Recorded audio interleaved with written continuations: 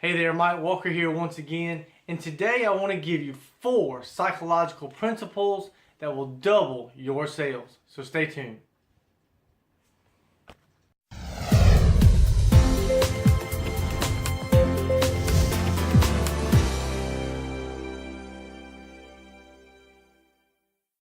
Alright guys, so here we go. So when you get into marketing, one of the biggest things that you really need to truly understand is how do your customers think. You need to really understand what it is that they are really looking for. What is it that that really excites them? What is the one thing that gets them all excited? Does your product, does your service, the thing that you're offering them, is it going to be something that's going to get them excited? And if not, by just general means, what can you do to get them excited about your product? And that's where psychology comes into effect. I know psychology and marketing are 2 totally different things, but using psychology in marketing, I'm starting to find out more and more, is where a lot of your successful sales funnels come into effect. You know, most of your copywriters, well, your expert copywriters have studied psychology, because really and truly, it's all in how you word things, and it's all in the mental side of it. So I want to talk about 4 things today, though, 4 principles that will help you double your sales using psychology. So number 1 is to remember this: people are lazy. You know, the days that we're living in now, a lot of people, they don't want to take a lot of time to really study something. They want to skim through it, pick out the little pieces they want, and then they're either going to take action or they're not. Just as simple as that. So what most people are doing is they're looking for the path of least resistance. When they're going through your sales funnel or your pages or whatever it is that they're looking at, they're just kind of skimming through it. They're picking out the little nuggets out of the thing, and at the end of the presentation or the sales page or whatever it is, they're just going to make a decision to do it or not to do it. So what you need to do is you need to make sure that your product, your sales page, whatever it is, that it doesn't seem too difficult. You need to make sure that it looks simple, because if it looks too difficult, what's going to happen is your conversions are going to suffer. Because a potential prospect or a potential customer, if they don't believe that they can sell that same product the way you're selling it, if they don't believe that they can do what you're doing, then chances are that prospect's not going to join your business. Because to them, you're some super guru marketer, whether you are or you're not. But to them, you're going to look that way. And if you look like you're some super guru marketer, then in their mind, they're like, well, I'm just getting started. There's no way I can do what he or she's doing. So make sure that you make it look very simple.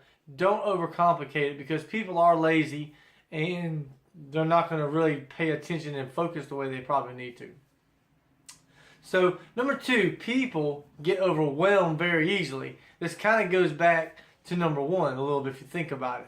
Because when people get overwhelmed, what happens is they get information overload, and what happens then? Well, they have a hard time making a decision, because they've got so much information they've been, sucking up with all this stuff you keep shoving down their throat, that they don't know heads from tails.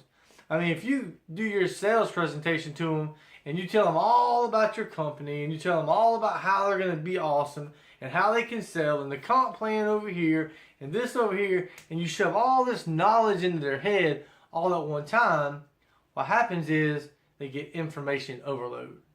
Information overload causes a prospect to not make a decision, because they're so confused.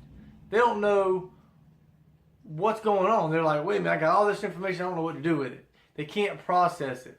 This is actually called analysis paralysis. Well, basically what it is they're trying to analyze everything you just gave them, but in the meantime, they're like frozen, right? They're paralyzed. They have no idea what to do until all this information can be processed. So the best thing to do if you're doing a sales page or a presentation is keep it short and sweet.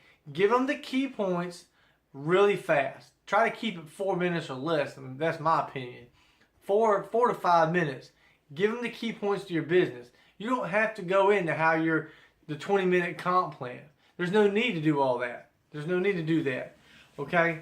Give them the key points of your company, your product or your service, whatever it is you're selling, and just keep it simple. Don't allow that customer or that prospect to have information overload or analysis paralysis. So number 3 is nobody's perfect. Allow your customers, allow your prospects to see your flaws. This is so important, guys.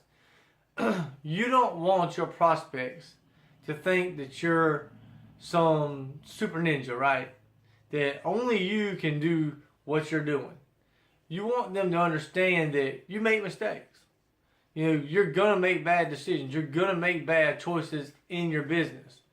But being the leader that you are, when those bad times come, when you do make a bad decision, when you do make a bad choice, make sure you own up to it. Tell your people, hey man, I made a bad choice. I don't think we need to go this direction. That's on me. It's my fault.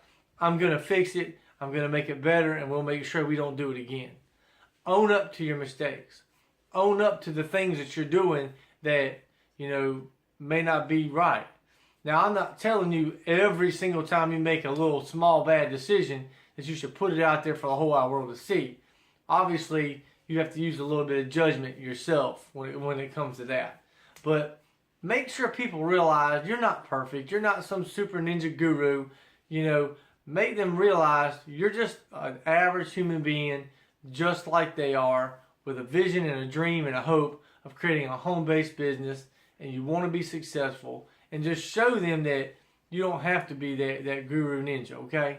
So the other thing too is that goes along with that is make sure that if you do make a bad decision, if something does go wrong in your business because of a choice you made or a decision, don't blame other people for it. Own up to it. Take responsibility. Those that go around doing the blame game, those that go around trying to point fingers, well, he told me this or that person told me that, those are the ones where they lose a lot of credibility. Their integrity is then jeopardized. People will lose trust in you. Honestly, they'll lose your trust in you because instead of just owning up to the fact that you made a bad choice for the company or you made a bad choice in your business for your team, that you're trying to blame all these other people. You're trying to point those fingers. Own up to it. Be responsible.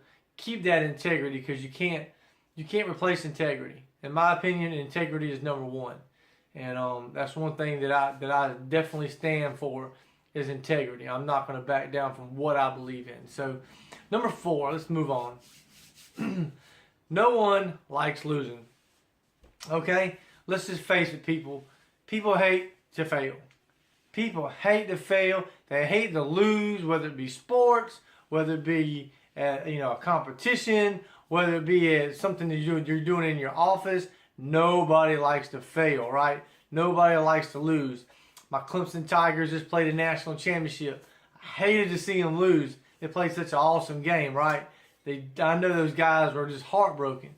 Nobody likes to lose, guys. So imagine this.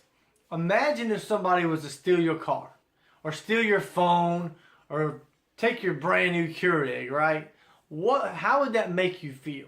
How would that make you feel if somebody was to take something from you? I imagine you would probably be upset, probably even angry. So what that is you're human beings, we will do everything in our power to stay away from that type of feeling. The feeling of loss. We don't want to have that feeling of loss in our life. It may be the death of a loved one, whatever it may be, something of deep loss, right? But we as human beings, we don't like to lose. We don't like loss in our life. So this is actually called loss aversion. So, the thing about that is we're going to do everything in our power to avoid this. So what do? Well, one thing you can do is make people realize that they already have the product that you're selling. Talk to them as if they already have that product, but if they don't take action to buy it, that you're going to take it from them. Because if they feel like they've already got it, but yet you're fixing to take it unless they buy it, then they're going to be more apt to go ahead and jump on and get it, if that makes any sense to you. You have to do that in your sales page. You have to make them feel like, okay, you've already got this, but I'm fixing to take it unless you go ahead and purchase it. So that's one good way of manipulating the mind and doing a play on the words to make it to make your sales page really, really effective. The second thing is free trials work great. You see this more and more all the time. Software companies are doing it. A lot of companies are doing it. Get a 30-day free trial or 15-day free trial. You see a lot of 10-day free trials. You see that because most people, when they test drive something, they're going to stick with it.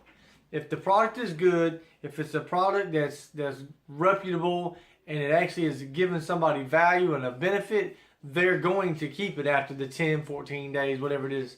So free trials work good. If you can work that into your company, into your business, do some free trials, whether it be a 10-day, 7-day, 5-day, whatever it is. Try to work that in. The other thing is pay attention to the language that you use, the way that you talk to people, and the way you word your sales scripts. For instance, don't say, get $20 off. If you've got a $50 product, you say, hey, get $20 off this week. Instead of saying, get $20 off, what you need to say is, buy now or lose the opportunity to save $20. See the difference? Right now, the first one is get $20 off. The other one is you're taking something from them. They're losing the opportunity to save $20. So in their mind, that's that loss thing again we talked about. They don't want to lose anything. So it's all in the way that you word things. You know, that's where the psychology comes in. And that's what I'm learning more and more about each and every day. And I've been really studying on that. A lot of great copywriters are really good, could probably be very good psychologists, just because they know how to word things to where it makes you impulse buy, right? It makes you want to get that product or that service because you feel like you're going to lose. So those are just the 4 things I have for you guys today. There's many other things that could go along with that, but I wanted to give you like the top 4 that I felt like were the most important. So I hope you guys got some value out of this. If you did, please feel the urge or the need to like it and share it to all your friends and your family. Maybe they can get some benefit from it just like you did. So guys, until the next video, this is Mike Walker, empowering you to create real life change. Take care now and be blessed. Bye-bye.